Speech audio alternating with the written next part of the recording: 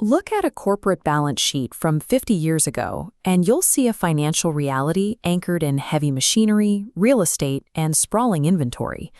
Today, the primary drivers of corporate wealth are almost entirely weightless. We trade in brand equity, proprietary algorithms, and institutional knowledge. This chart illustrates the shifting composition of corporate assets over time. In 1975, tangible assets made up 83% of a typical company's value. Today, that ratio has completely inverted, with intangible assets now accounting for more than 80%. These intangible assets, specialized human capital, intellectual property, and supply chain resilience, drive future revenue, yet they do not map cleanly onto a traditional balance sheet. Because traditional financial statements now ignore 80% of what actually dictates an organization's performance, capital markets require an entirely new lens to assess true long-term worth. Recognizing this massive blind spot, corporations started releasing secondary documents to capture all the non-financial data that didn't fit into standard accounting ledgers. These typically took the form of corporate social responsibility, or CSR, reports, usually released once a year, right alongside the official financial filings. As this excerpt details, the problem with these early disclosures was that the non-financial information was usually scattered and incomplete, and often lacked consistency and comparability. Investors were left trying to cross-reference highly regulated financial data with glossy, marketing-driven sustainability brochures. The numbers rarely connected, and the metrics varied wildly from company to company. Without a unified framework to process it all, this non-financial information remained essentially useless for anyone trying to make serious capital allocation decisions.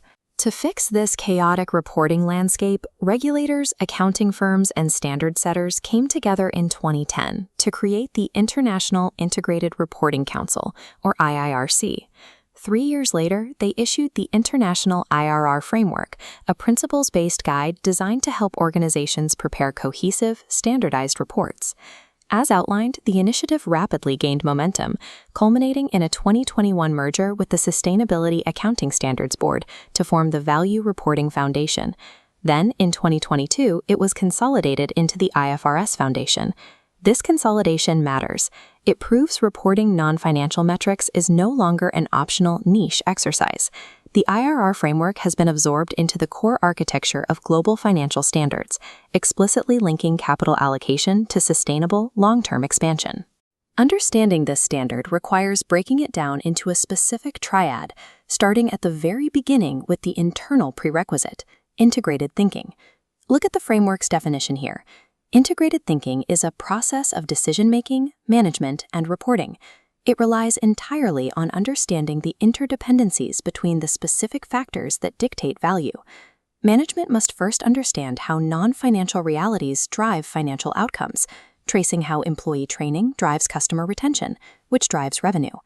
Because of these interdependencies, integrated thinking cannot be done in a standalone department. It forces organizations to tear down the walls between human resources, finance, operations, and leadership. Data must flow across these silos to inform long-term strategy. This cross-functional mindset is the engine of the entire system. Without integrated thinking embedded in daily management, any resulting report is completely hollow. Once that internal mindset is established, the organization engages the second pillar, integrated reporting. As you can see in these 3 blue boxes, the framework maps a direct pipeline. Integrated thinking leads to an integrated report, which explains value creation. Integrated reporting is an active, continuous cycle. It evolves year over year to refine both internal decision-making and external communications. It establishes the structural workflow an organization uses to share its narrative, requiring a precise blend of hard financial data and relevant non-financial realities. The goal of this process is to articulate exactly how the organization's corporate governance and daily performance will yield sustained value over the short, medium, and long term. The final pillar is the actual tangible output of this entire exercise, the integrated report itself. This document must concisely present the findings of the reporting process, proving to the market whether the company is creating, preserving, or eroding value. There is a very specific professional misconception to avoid here. As the final bullet on this slide states, An integrated report is not a mere combination of the annual report with a separate sustainability report. You cannot just staple your 10K to your environmental brochure. The integrated report must be its own designated, distinctly identifiable communication. Simply packaging two isolated reports together fails because it ignores the deep operational interdependencies between those datasets. A genuine integrated report weaves these metrics together into a single narrative, providing a holistic view of the organization that fragmented financial statements cannot capture. With the report finalized, we have to ask who exactly it is written for. While many groups evaluate corporate transparency, the framework targets a specific primary reader. As noted here, the main goal is to provide actionable intelligence to the providers of financial capital. It certainly provides secondary benefits to employees, suppliers, community members, and regulators who track corporate impact. But prioritizing investors, creditors, and lenders ensures that non-financial metrics are directly tied to the flow of money. It forces global markets to accurately price things like supply chain risk and human capital development. By speaking directly to those who fund the enterprise, the integrated report demands that markets evaluate corporate health through a much wider, more mathematically accurate lens. We can see how this strict focus appears in professional examinations. Looking at question 1, the primary purpose of integrated reporting is to explain to providers of financial capital how value is created by the company over time. And as we see in question 6, the prerequisite internal mindset, integrated thinking, is correctly defined not as an end goal, but as the basis for integrated reporting and the integrated report. Valuing a modern enterprise is a multidimensional puzzle.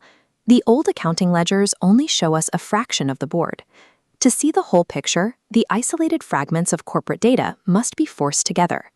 By adopting integrated thinking, standardizing the reporting workflow, and publishing a dedicated unified document, organizations finally provide the transparent, holistic evidence required to measure true long-term worth.